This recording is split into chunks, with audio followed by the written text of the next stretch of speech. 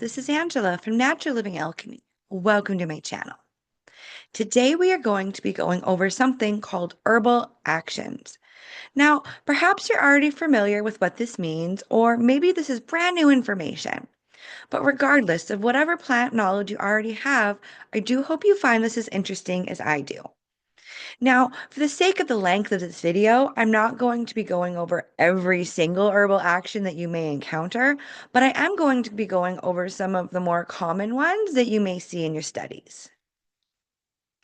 Now, before we begin, I just want to remind you that I am not a doctor. Absolutely none of what is on this channel would be considered medical advice. It is here for education and entertainment purposes only, and it's up to you to talk to your healthcare professionals before following anything that I say.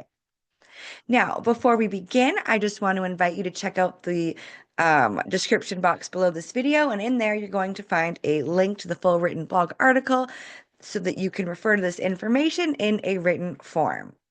Now, what we're going to be doing is we're just going to be going over the definition of the herbal action, and then I'm going to give you an example of 2 to 3 herbs that are going to fit into this category. Now, keep in mind that an herb can, will, and generally does fit into multiple categories. Now, in future presentation, I'm going to be going over herbal energetics, and I will be mentioning the energetics in this video. So you might as well subscribe now so that you don't miss that future video. Here is your herbal actions guide. So what are herbal actions? Well, it is how we describe a specific medicinal property or quality of a plant. It lets us know how the plant can be used, as well as where the plant will be going in the body.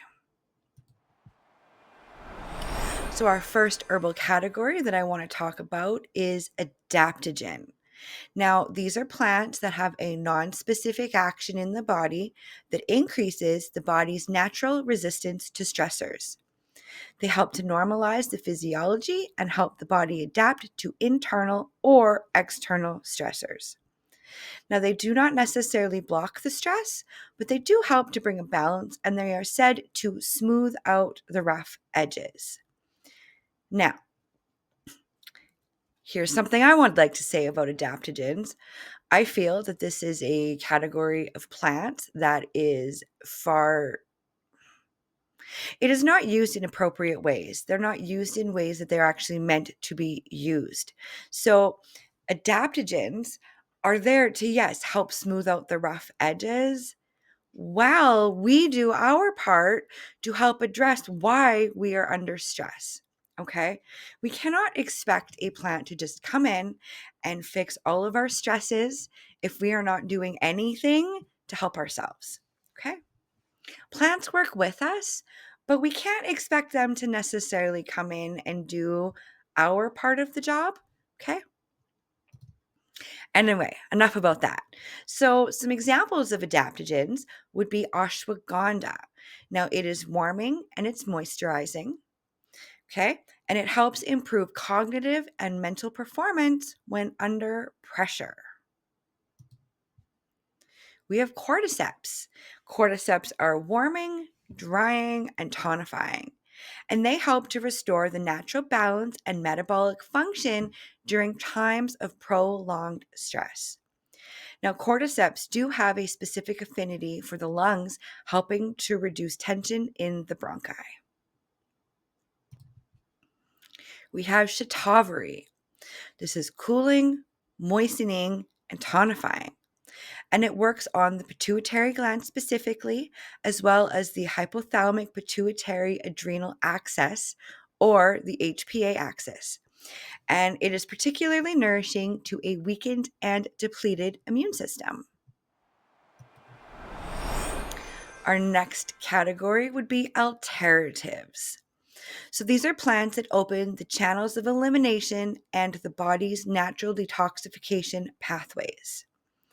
These are plants that can alter or adjust our body's metabolism, and they generally are working on the catabolic or the detoxification side. Now, alterative is a very broad range of a very broad herbal category. okay? Because we can have alteratives that work on the liver, the large intestine, the kidneys, the urinary tract, or through the skin, all of our main channels of elimination. So first we have burdock. It is cooling and it's moistening. And burdock is a diuretic, diaphoretic, hepatic skin alterative. Don't worry, I'll be talking about diuretic and diaphoretic shortly. Hepatic just means it's going to be working on your liver. So, burdock can be used for chronic skin conditions, and it is considered to be a classic blood purifying remedy. Next, we have horsetail. It's neutral in temperature and it's drying. So, it is a diuretic and nutritive alterative, and it can help play an important role in musculoskeletal conditions. And nettles. Nettle is slightly cooling and it is drying. It is a diuretic and nutritive alterative as well, and it can be used specifically to build strength after illness as well as to detoxify the body. I personally like to start my day with, I have a couple different teas I'll throw into one cup.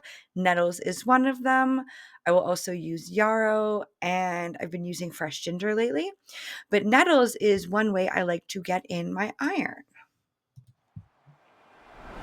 Next, we have anodyne or analgesic. So these are plants that are pain relieving, and they can work either topically or internally. So the types of pain they can help relieve would be spasm, swelling, inflammation, wounds, cuts, or lacerations, as well as nerve pain.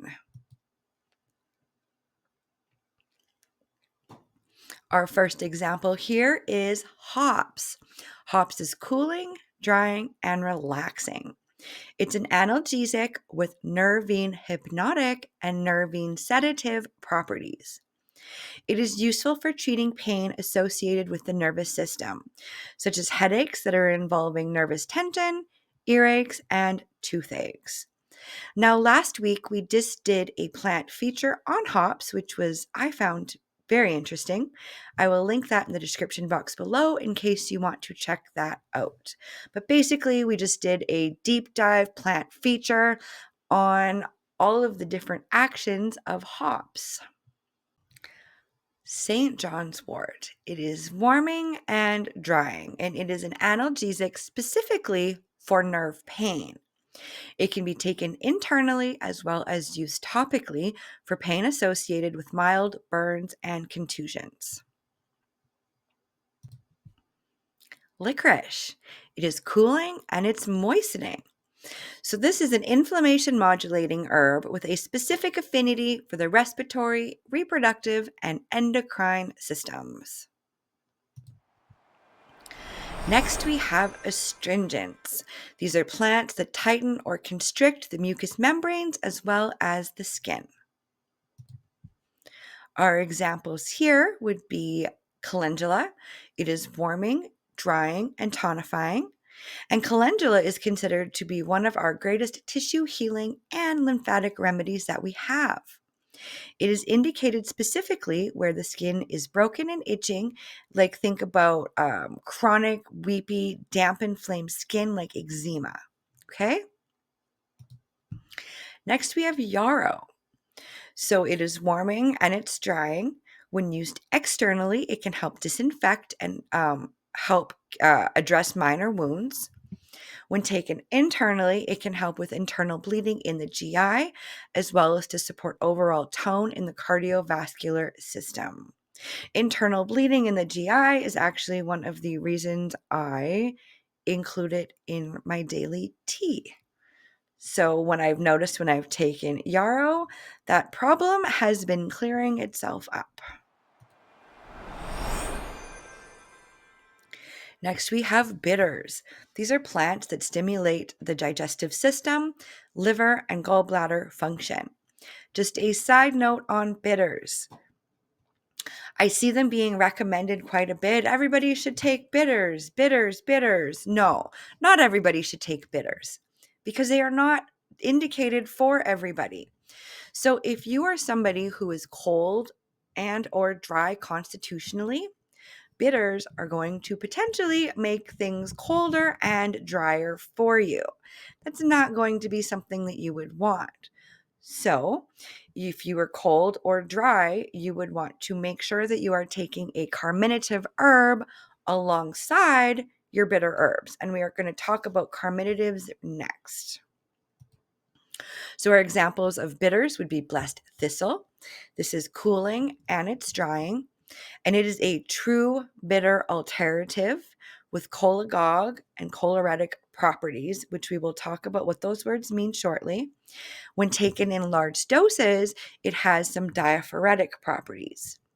So, blessed thistle can be used as a digestive tonic, helping to promote the appetite. And next month, we are actually going to be doing a plant feature on blessed thistle, exploring some more of these actions. Next, we have chamomile.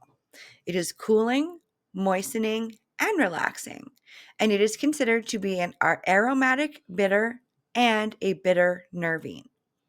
So, chamomile can help stimulate the digestive system, as well as simultaneously calming the nervous system and assisting in getting out of the fight or flight state and into the rest and digest state. Keep in mind, you cannot digest your food when you are in a fight or flight state. Does not happen. Your body's resources are busy being used to get you out of that fight or flight state. Okay. So if you find yourself that is somebody that is frequently kind of in that fight or flight, okay, freeze or fawn, whatever your preferred um, trauma response state actually is, chamomile might be something that is going to help you better digest your food by just going into that parasympathetic state. Next, we have carminative. These are plants that aid in the release or the decreased production of internal gas or wind. Most of our kitchen spices fit into this category, and these are the ones that we are going to be using to help warm up bitter flavors because most bitters are cooling. So, our first example is black pepper. This is our general carminative and circulatory stimulant, and it does help increase the bioavailability of our other herbs as well as to just help support healthy digestion.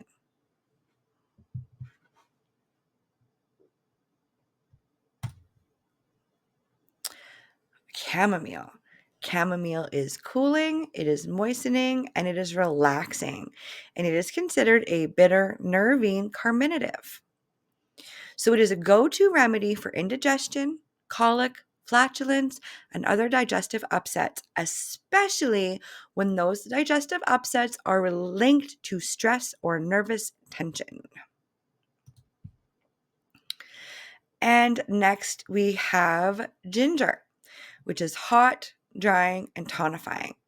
It is widely used for upset, weak, or deficient digestion, especially when you're needing to counter nausea and or vomiting. Because really, who's going to be able to eat when they are nauseous? And it helps to increase mucosal blood supply, which can help improve digestive secretions. Cholagogues. These are plants that stimulate the flow of bile from the liver via the gallbladder. So, just an important thing to take note of, pretty much all cholagogues are bitter, but not all bitters are cholagogues. Okay? Now, as I say this, our first example is burdock root. It is cooling and it is moistening. Okay? Now, it is slightly bitter, but it also has some sweet taste to it. It's a very complex plant, in my opinion, that is not utilized enough. So, burdock root is a strong detoxifying herb that is known to promote the flow of bile, as well as helping to support your overall liver health. It is something that you might want to reach for if you notice you have a fairly congested liver. It can help clear that out. Dandelion. It is cooling and it's drying. Now, it is an herb that you would want to grab if you have an overworked liver or if you're noticing a bit of an intolerance to fats, as this can also be a relief for stubborn constipation. Next, we have gentian. Gentian is cooling and it is drying. It can help a sluggish liver as well as to restore the appetite.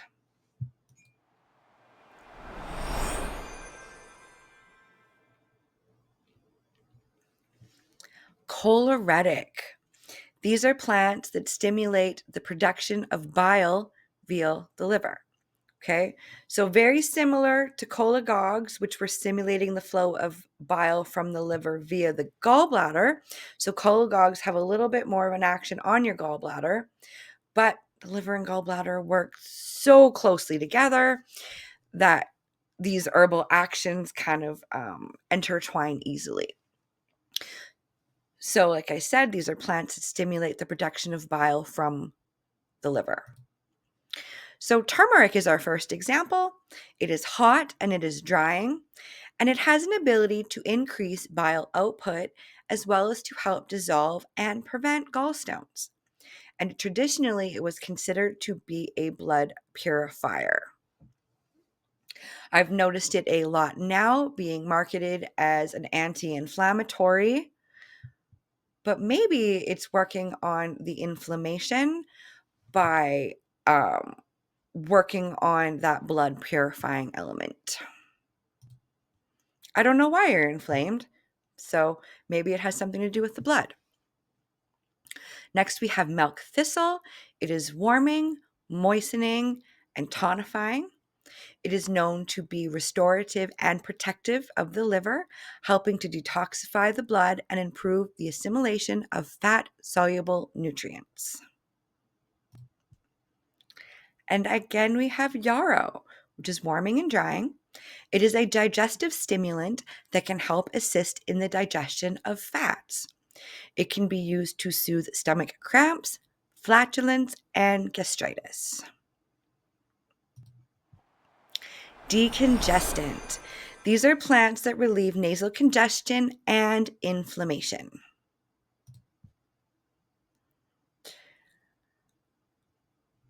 So have you ever noticed when you have a bit of decongestion happening and you're all stuffed up and you can't blow your nose, nothing's happening? It could be due to inflammation within your nasal passages. I have no idea why I felt compelled to say that, but it felt important to say. Next, we're going to be talking about eucalyptus. It is warming, it is drying, and it is tonifying.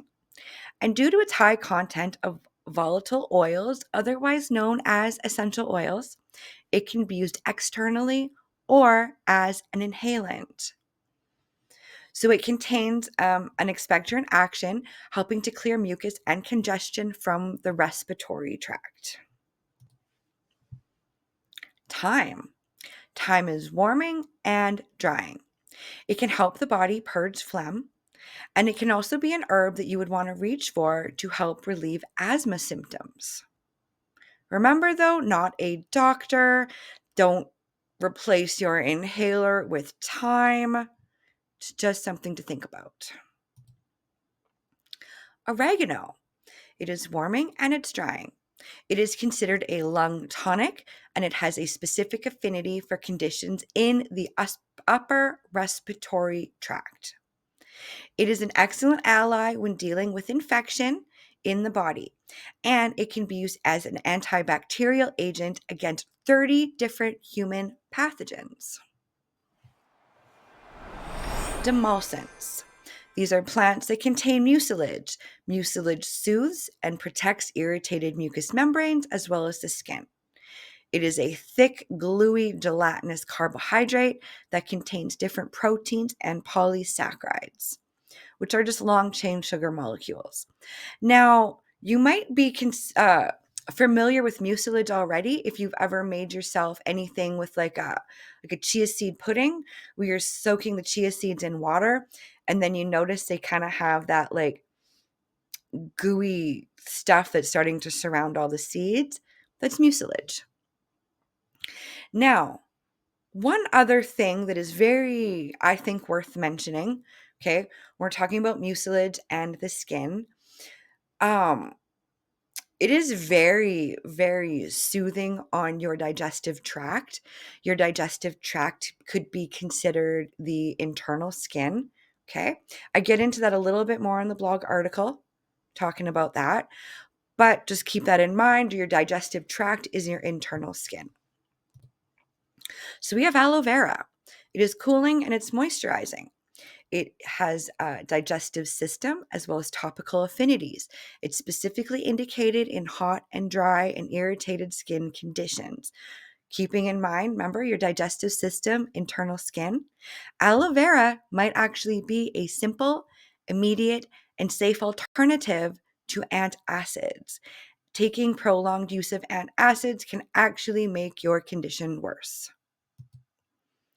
We also have licorice root in this category. It's cooling and it's moistening, and it can help soothe inflamed mucous membranes throughout the entire body, but it does have a particular affinity for the respiratory tract, digestive tract, and urinary system. And next, we have shatavari. It is cooling and it is moistening. It is an antispasmodic with an affinity for the urinary, digestive, reproductive, and immune systems. It is a renowned tonic for the female reproductive system, and it can help improve low sperm count and irregularity in the male reproductive system. Our next herbal action is diaphoretic. These are plants that open the pores of the skin, stimulate perspiration, and increase circulation to the skin or the surface of the body. So these are the ones that we would want to use when we are having a fever. Okay, this is the herbal action you would want to go towards.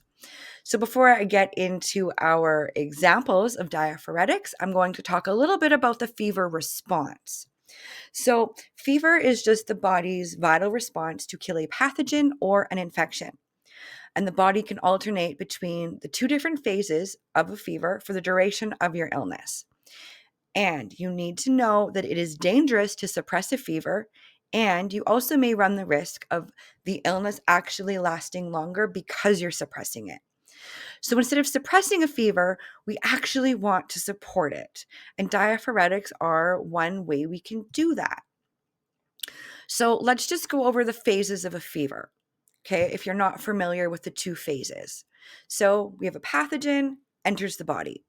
So phase 1, your hypothalamus receives a message from the immune system and it closes down the pores of the skin and raises the set point of the body. So you start to feel cold, your skin gets pale, and you're fatigued. So what we need to do at this point is start increasing circulation from the core out to the periphery. So to address this phase, you would want to take a hot bath and a stimulant diaphoretic. So what do I mean by raising the set point of the body? So for example, let's say that your normal body temperature is about 98 degrees, okay? But your hypothalamus, because that pathogen has entered the body, your hypothalamus goes and just raises. So instead of the normal being 98 degrees, your new normal is considered 102, for example. Okay. So that's why we start to feel cold, is because your hypothalamus has gone in and adjusted your temperature regulation in your system just to try to cook out the pathogen. So phase 2, our set point has now been reached. The pores of the skin start to close and it starts to trap heat inside, essentially cooking out that pathogen. You feel hot, feverish, potentially you're sweating with physical or psychological tension, muscle aches, as well as pain. The body begins to trap the heat in by restricting the capillary beds and preventing blood flow from getting to the surface. So, to address this phase, you would want to take a relaxant diaphoretic. And causes of aches and pains associated with fever. This typically happens because your immune system requires a lot of amino acids. So it actually starts stripping proteins from the muscles in order to get those amino acids. And that's why we get those aches and those pains associated with fever.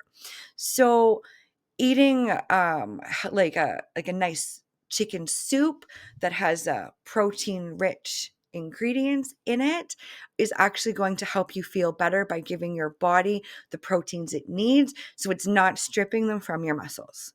Hopefully that made sense. Okay, so our diaphoretics, we have yarrow. It is warming and it is drying. One of its primary applications in home herbalism is the treatment of the common cold or the flu. And it helps to break a fever, especially when you combine it with elderflower and peppermint. Black pepper. So this is warming and drying. That is a stimulant diaphoretic that can help support a fever, just helping it to move along instead of suppressing it. The more we get it to move along and the fever to do its thing, the quicker that we're actually just done and our body's dealt with that pathogen and we can just start getting better. Okay, so this would be phase 1 of a fever. You would want to reach for black pepper. Lemon balm. We're cooling and we're relaxing now. This is a relaxant diaphoretic that can help support peripheral circulation. And this is going to be helpful in phase 2 of a fever.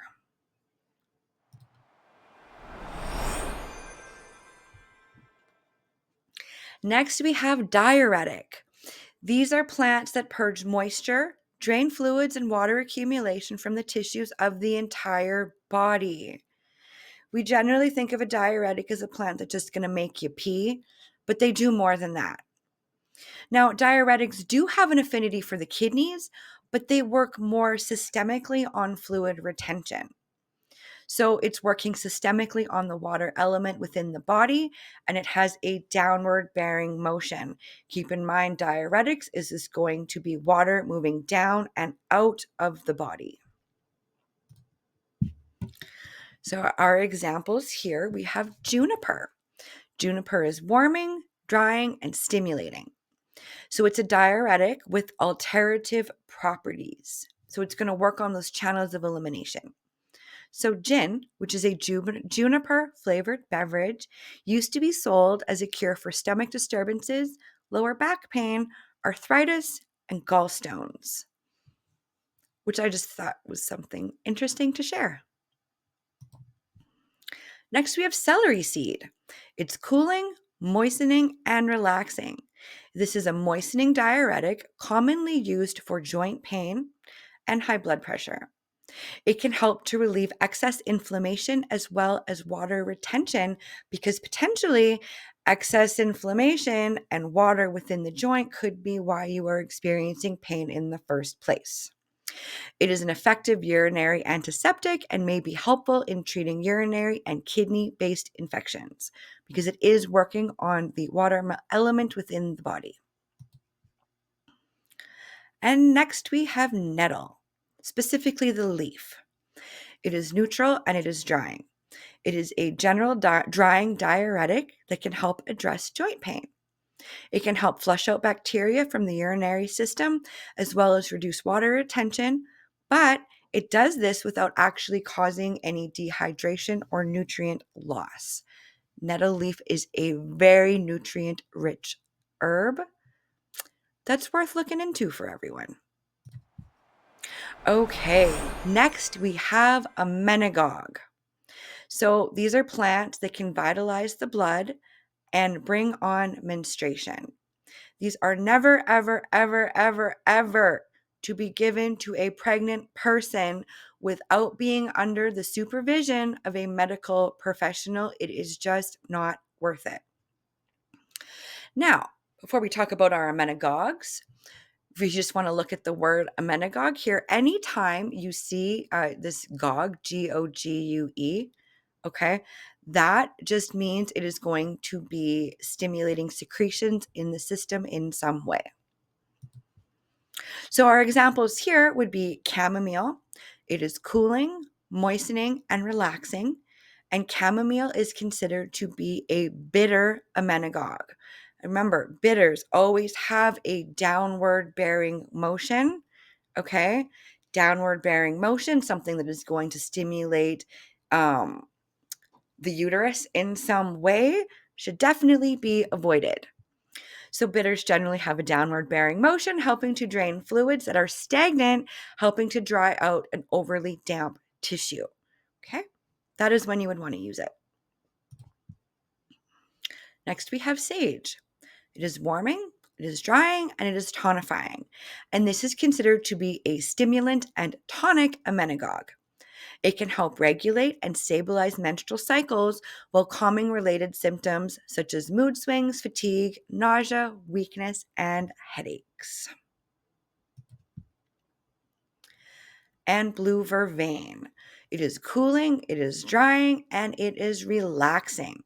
It is a relaxant emmenagogue with spasmolytic properties and mild to moderate nervine properties. And it could be helpful when you are experiencing excessive cramping or constriction.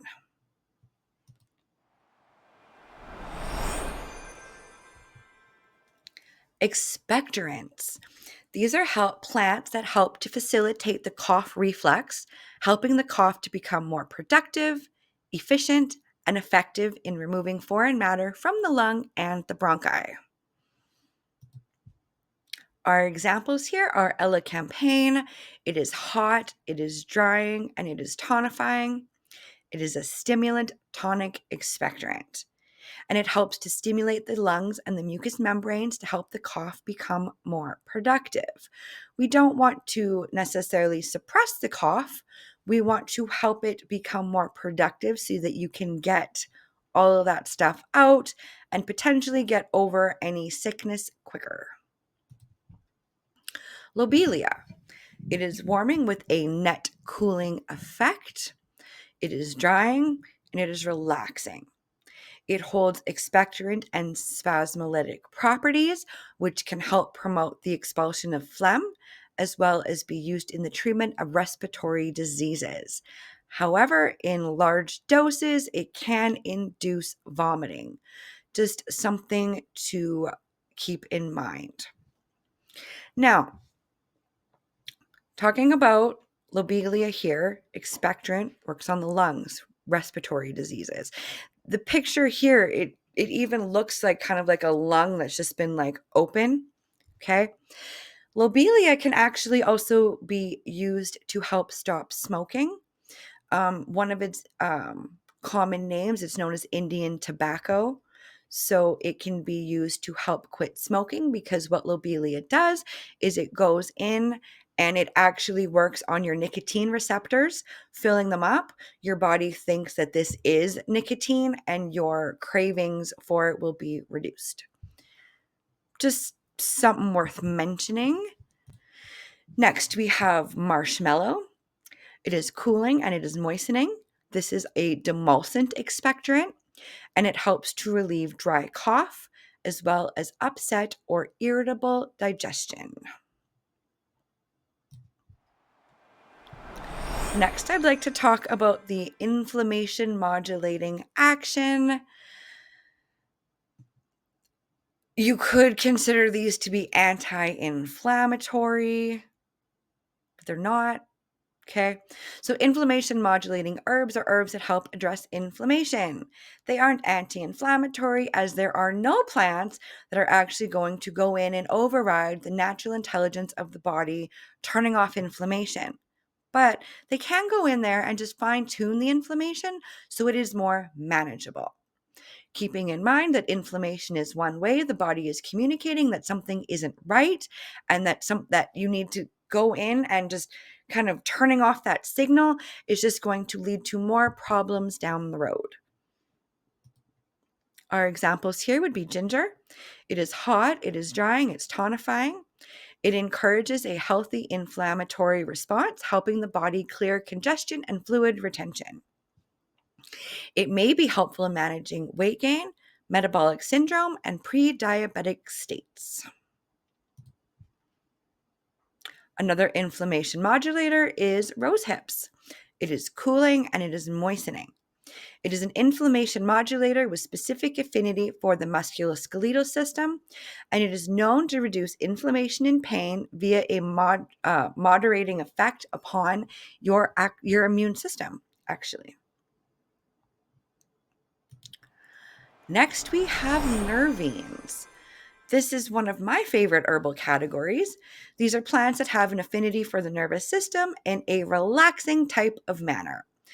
Keep in mind, though, they are not all considered to be calming agents.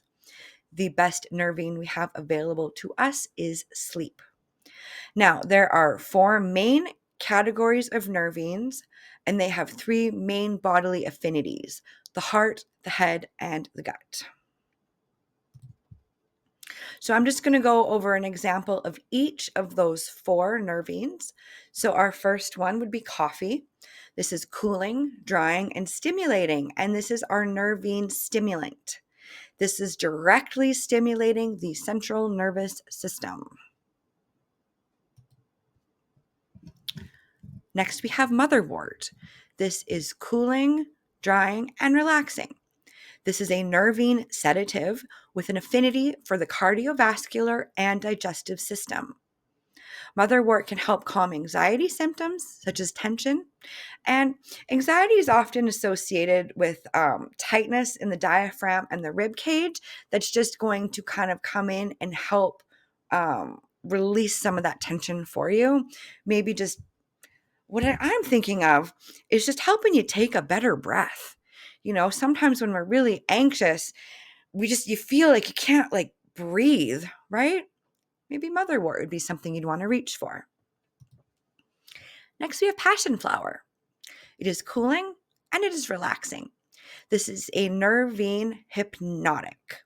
So this is the strongest of our nervines, and it is used as a central nervous system sedative. And it is helpful in improving attention deficit disorders or drug withdrawal symptoms. So maybe if you have a little bit of ADHD that you would like to calm down a little bit and you don't want to go reach for a pharmaceutical, passion flower may be something that you would want to look into. And our last nervine would be lemon balm, which is cooling and relaxing.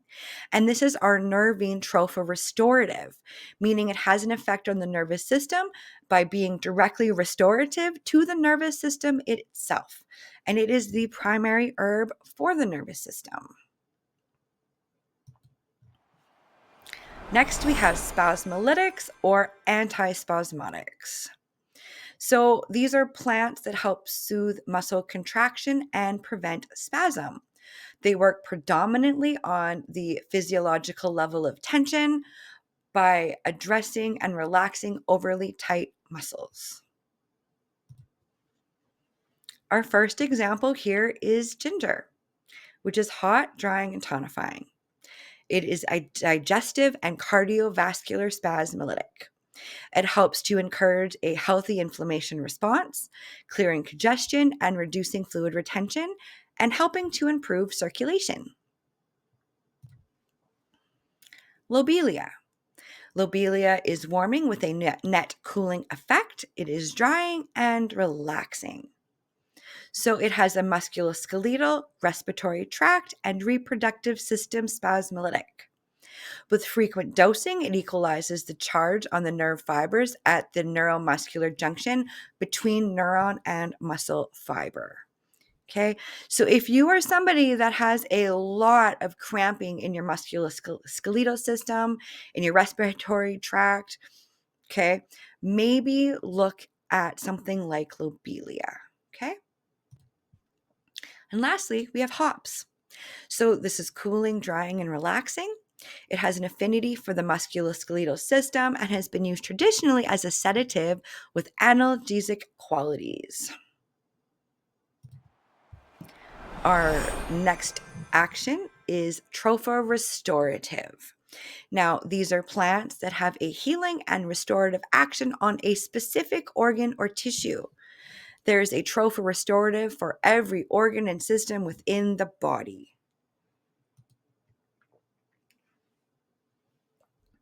Our first example here is dandelion, which is cooling and drying. It is healing and restorative to the gastrointestinal tract, the liver, and the female reproductive system. And nettles, again, it is neutral and drying.